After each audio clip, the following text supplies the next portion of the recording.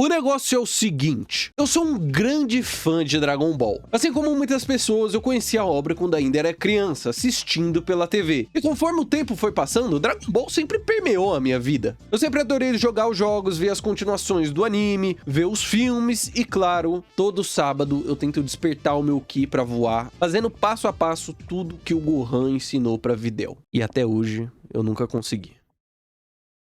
Enfim, apesar de tudo isso, eu acabei percebendo que eu nunca tinha assistido Dragon Ball inteiro, principalmente o Z. Eu nunca vi todos os episódios, nunca assisti uma saga do começo ao fim. Eu sei do básico, assim como a maioria deve saber. O Goku é um Saiyajin, ele enfrenta o irmão, morre, depois aparece o Vegeta, o Yantia morre que nem um idiota, eles vão pra Namekusei, tem o Super Saiyajin, 5 minutos que duram 1 bilhão de horas, etc e etc. Mas era só isso. Eu nunca tinha ido atrás de consumir a obra como um todo, pra realmente conhecer a história dela. Porém, eu decidi mudar isso. Nos últimos meses eu li Dragon Ball Clássico e o Dragon Ball Z, até o começo da saga Buu, eu ainda não terminei o mangá, e sinceramente, é uma das melhores coisas que eu já vi na minha vida. Eu quero começar dizendo que eu tenho um pouco de birra com quem tenta diminuir Dragon Ball, falando que ele não tem história e é só mais um anime de lutinha. Porque assim, essas duas coisas estão objetivamente erradas. Dragon Ball, querendo ou não, é o anime de lutinha. Ele é quem estabeleceu esse estilo que é replicado em mangás shonen até hoje. E se tratando da história, sim, ela é bem simples. Mas desde quando ser simples é sinônimo de algo ruim? Nem toda obra precisa ser densa e complexa pra ser boa. E também não é porque você gosta de algo mais profundo, lá ele, que você não pode apreciar algo mais simples ou ver valor na simplicidade de uma obra. Eu mesmo, enquanto leio Dragon Ball, tô assistindo Vinland Saga. E olha que surpresa, eu consigo gostar dos dois. Eu acho que as duas obras são excelentes no que elas se propõem a ser. E óbvio, você não é obrigado a gostar de Dragon Ball também. Só que ficar nessa infantilidade de tentar desmerecer a obra, só porque ela não aborda temas reflexivos, ou profundos, ou complexos, ou qualquer coisa assim, pra mim não faz o mínimo sentido. Agora, dito tudo isso, vamos falar do porquê ler Dragon Ball foi uma das melhores coisas que eu fiz dos últimos tempos. O primeiro aspecto que eu acho incrível na obra é o próprio mangá. Ler ele é um passatempo maravilhoso, principalmente se tratando do Dragon Ball Z. A forma como ele é estruturado, sem uma quantidade exorbitante de balões de diálogo, sem um exagero de quadros na página, é tudo muito bem pensado, a arte é limpa, e as lutas, meu amigo, você entende exatamente o que tá acontecendo, seus olhos deslizam de painel a painel,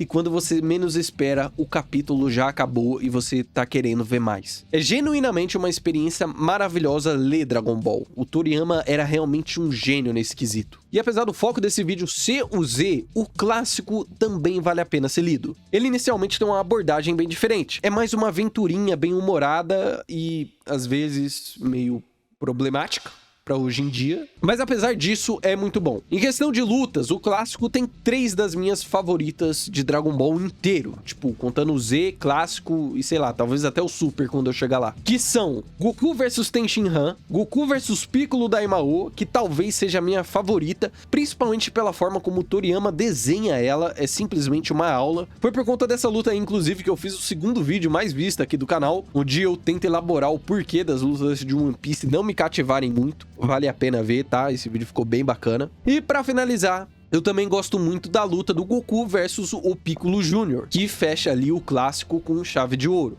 Mas o clássico também é onde a gente conhece grande parte dos personagens icônicos de Dragon Ball. E como no Z a maioria não tem muito destaque, é bom ler o clássico para ver como foi o breve momento em que alguns ali tiveram um destaque e até conseguiram rivalizar com o Goku por um certo período de tempo. Agora, voltando pro tema central do vídeo, a segunda coisa que eu acho que o Toriyama acerta muito em Dragon Ball Z é justamente os personagens. Todos são carismáticos, têm personalidade, possuem uma química muito boa um com o outro, a dinâmica entre eles funciona, e além disso tudo, individualmente, eles têm jornadas bem legais. Das novas adições, o Vegeta provavelmente é o maior acerto de todos. Desde que eu era criança, eu ouvia gente falando que ele era um personagem muito melhor que o Goku, muito mais legal e muito mais interessante. E lendo o mangá, eu devo dizer que essas pessoas estavam corretíssimas. Eu não acho o Goku um péssimo personagem, mas o Vegeta é diferenciado. O arco dele de vilão a, entre aspas, herói é cativante. A personalidade arrogante e orgulhosa que ele tem acaba criando situações muito boas pro desenvolvimento do personagem. É muito foda quando você vê ele se proclamando como Super Saiyajin na luta contra o Freeza, e depois ele tá chorando no leito de morte falando pro Goku sobre o que o Freeza fez e pedindo pra ele vingar a raça deles. Ou ele nem se preocupando com o filho e a esposa lá na saga dos androides, e depois na batalha final contra o Cell, ficando possesso de raiva vendo o Trunks morrer, e ainda pedindo desculpa logo depois pro Gohan por ter agido por impulso e feito ele se ferir. Na despedida do Trunks do futuro ainda, você tem ele só fazendo um gesto pra se despedir do filho, e só isso é o suficiente pra você entender como ele mudou. O Vegeta é um personagem muito bem escrito. Inclusive eu tenho vontade de fazer um vídeo só dedicado a ele. Talvez se esse vídeo aqui for bem, eu faça esse do Vegeta, porque eu quero tentar explorar melhor a jornada do personagem em mais detalhes. Então, se você quer ver esse vídeo aí, deixa o like nesse vídeo aqui como um sinal, tá? E se esse vídeo for bem, eu faço esse do Vegeta, que eu quero muito fazer. Depois do Vegeta, um outro personagem que eu acho que é muito bem utilizado é o Piccolo. Logo no início do Z, ele tem um arco de redenção através do Gohan que é muito bacana de acompanhar. Devido à iminente invasão do Vegeta e o Nappa à Terra, ele se vê obrigado a treinar o filho do seu arqui-inimigo. E nesse processo, os dois acabam criando uma relação de amizade,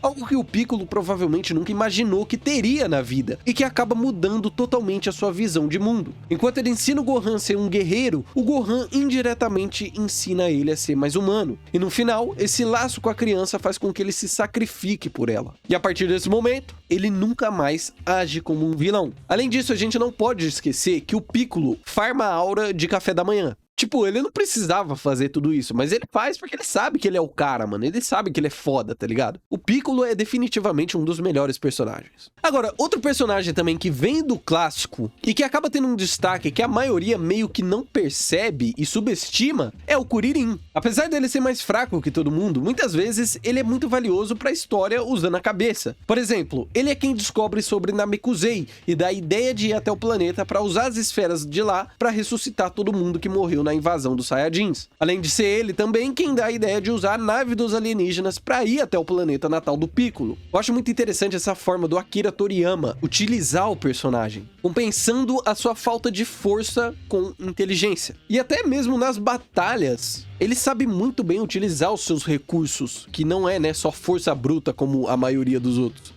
Agora, se tratando de Gohan e Goku, o Goku não tem uma evolução de personagem muito expressiva no Dragon Ball Z, o que eu particularmente não acho algo ruim. A proposta do personagem é literalmente ser apenas alguém que ama lutar e treinar pra ficar mais forte. E de novo, essa é uma premissa simples e rasa, mas não quer dizer que ela é ruim. Também vale dizer que a evolução do personagem acontece mais no Dragon Ball clássico. É nítido como o Goku muda durante a aventura dele. Principalmente depois dele treinar com o Kami-sama, você vê como ele mudou. Ele nem precisa falar muito, só a mudança no design dele comunica muito bem como ele é alguém diferente. Fora da batalha, ele até continua meio bobinho, mas quando se trata de luta, dá pra você ver como ele é alguém mais focado, mais centrado. Ele é frio, calculista, analisa cada detalhe, presta atenção em tudo. Dá pra ver como ele respeita e ama as artes marciais. Ele é um personagem simples, mas que funciona pra essa história. Afinal de contas, é uma história baseada em personagens ficando mais fortes e treinando pra enfrentar inimigos mais fortes. E também ele é outro que farma muita aura. O maluco simplesmente subiu na careca do Nappa na luta, mano. Do nada, por nada, tipo...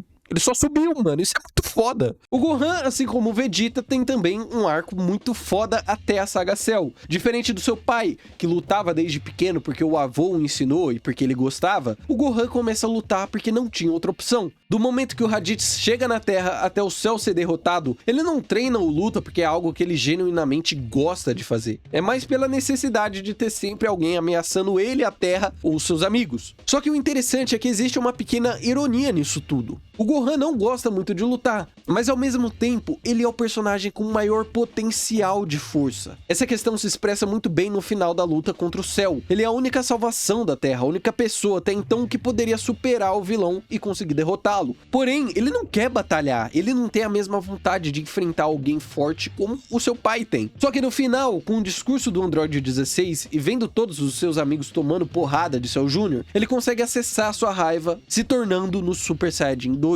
Inclusive, só um parênteses aqui nessa parte, eu já vi muita gente falando que o Goku botar o Gohan ali pra lutar demonstra como ele era um pai horroroso, né? Porque tem essa também. Ai, o Goku é o pior pai dos animes. Isso é mentira. Eu também quero abordar isso num vídeo próprio, mas assim, o Goku bota o Gohan pra lutar porque ele era literalmente a única esperança da Terra. O Goku, na saga Cell ali, depois que ele vê o potencial do Cell, ele expressa claramente como ele não era páreo pra ele. Ele sabia que ele não conseguia vencer o Cell. Então, ele apostava no Gohan, porque ele sabia o poder que ele tinha dentro dele e que, né, se ele conseguisse acessar, ele ganharia facilmente. Então o Goku tomar essa atitude ali de botar o filho é mais uma questão de acreditar no potencial do filho dele. Ele acreditava que o Gohan iria conseguir. E ele dar a semente dos deuses é mais porque ele achava, né, que o Gohan gostava de lutar como ele. Então, se o Goku gostaria de lutar com o Cell com poder total, o Gohan também deveria gostar, né, na cabeça dele. Mas não é o que acontece. Enfim, eu gostaria de abordar isso também num vídeo próprio, então fiquem ligados aí, talvez tenha. Mas enfim, voltando pra história. Na saga Buu, ele dá uma relaxada, mas faz sentido. Afinal de contas, lutar nunca foi uma das suas paixões. E agora, só pra finalizar, eu quero falar um pouco sobre essa questão de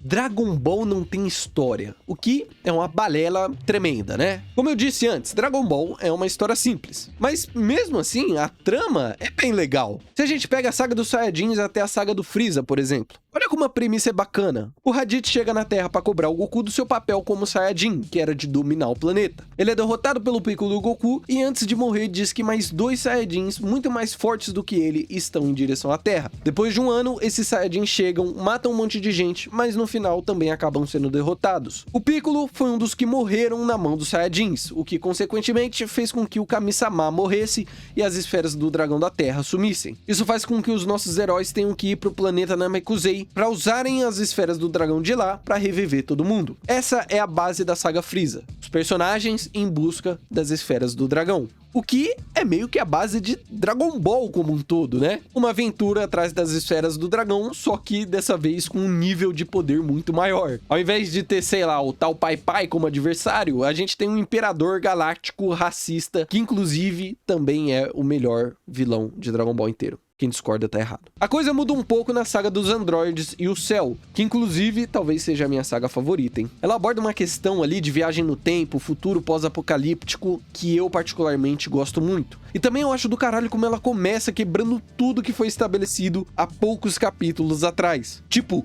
o Freeza, que até então era tido como o ser mais forte do universo, de repente vira picadinho pra um moleque aleatório, que também consegue se transformar em Super Saiyajin, que era pra ser algo lendário e teoricamente único. Eu acho essa uma decisão narrativa muito foda. Porque rapidamente ela te diz tudo o que você precisa saber a partir de agora. Esse personagem já não é mais porra nenhuma e o Super Saiyajin não é algo só do Goku. E aí com isso estabelecido, a história pode prosseguir. Enfim, depois com o Cell, a história deixa um pouco de ser sobre evitar um futuro pós-apocalíptico e vira o padrão de só ter que derrotar alguém muito forte que vai destruir o universo. Mas ainda assim, essa temática, apesar de ser meio fraca narrativamente ali, serve como escada pra fechar o arco de alguns personagens, principalmente do Goku, Vegeta e Gohan, como eu citei anteriormente. Pra mim, inclusive, a saga do Cell seria o final perfeito de Dragon Ball. O Gohan sucede ali o pai como o herói da Terra, o Vegeta desiste de lutar literalmente, né, e se torna alguém do bem, entre aspas. O Kuririn arranja uma namorada, o Trunks salva o seu futuro e o Goku